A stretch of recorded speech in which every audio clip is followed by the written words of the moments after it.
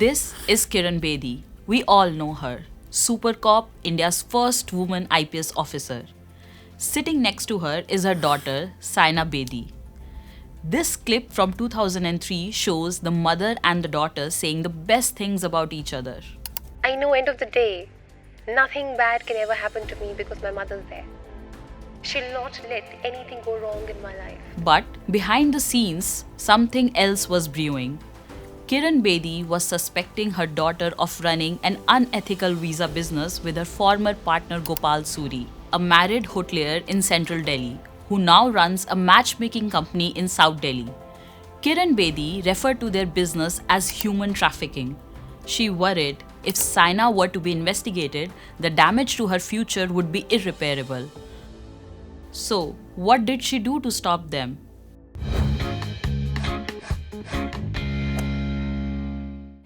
As a concerned mother, she pressured them through multiple ways. But when it didn't work out, she bent the system by using the Delhi police and state-funded resources to run a surveillance operation on the couple. Newslaundry and the News Minute went through hundreds of emails and 30 hours of audio tapes.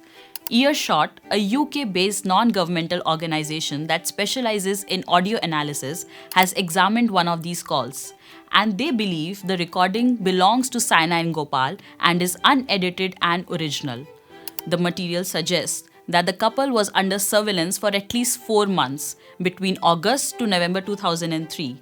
It also hints at the involvement of several senior Delhi police officials in varying degrees. It indicates the key figures of the operation were Mukund Upadhyay, then Deputy Commissioner of the Crime Branch of the Delhi Police, Ujjwal Mishra, who went on to become a Joint Commissioner and died in 2010, and Ved Bhushan, who retired as an Assistant Commissioner. Emails, including those referencing to these officials, suggest that Saina and Gopal were using numerous ways to establish contact with embassy officials for their business, in which they offered to facilitate international visas for Indians who were struggling to secure them. They leveraged Kiran Bedi's profile and that of her NGO, the India Vision Foundation, to get the job done.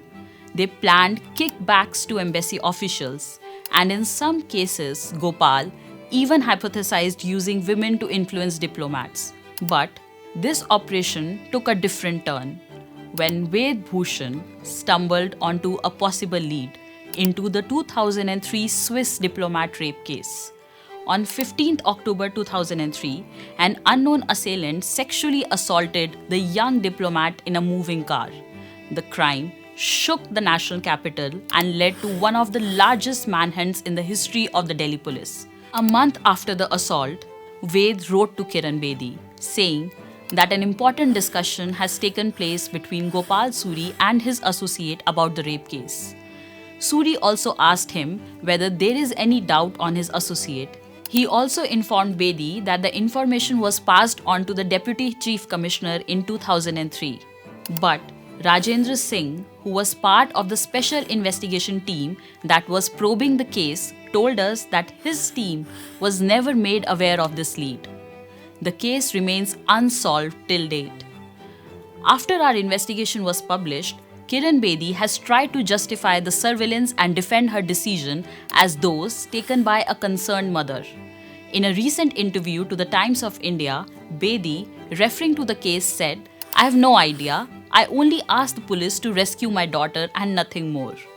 Bedi was sent a detailed questionnaire by the Newslaundry and the News Minute to seek her response. And all she told us was, "When I felt that my daughter was being innocently trapped and targeted 27 years ago, I requested the police to save an innocent life. The police did its duty." Bedi has also suggested that the story was published to influence her daughter's divorce proceedings. She has insinuated that we have hacked her email. But all of this diverts from some troubling questions.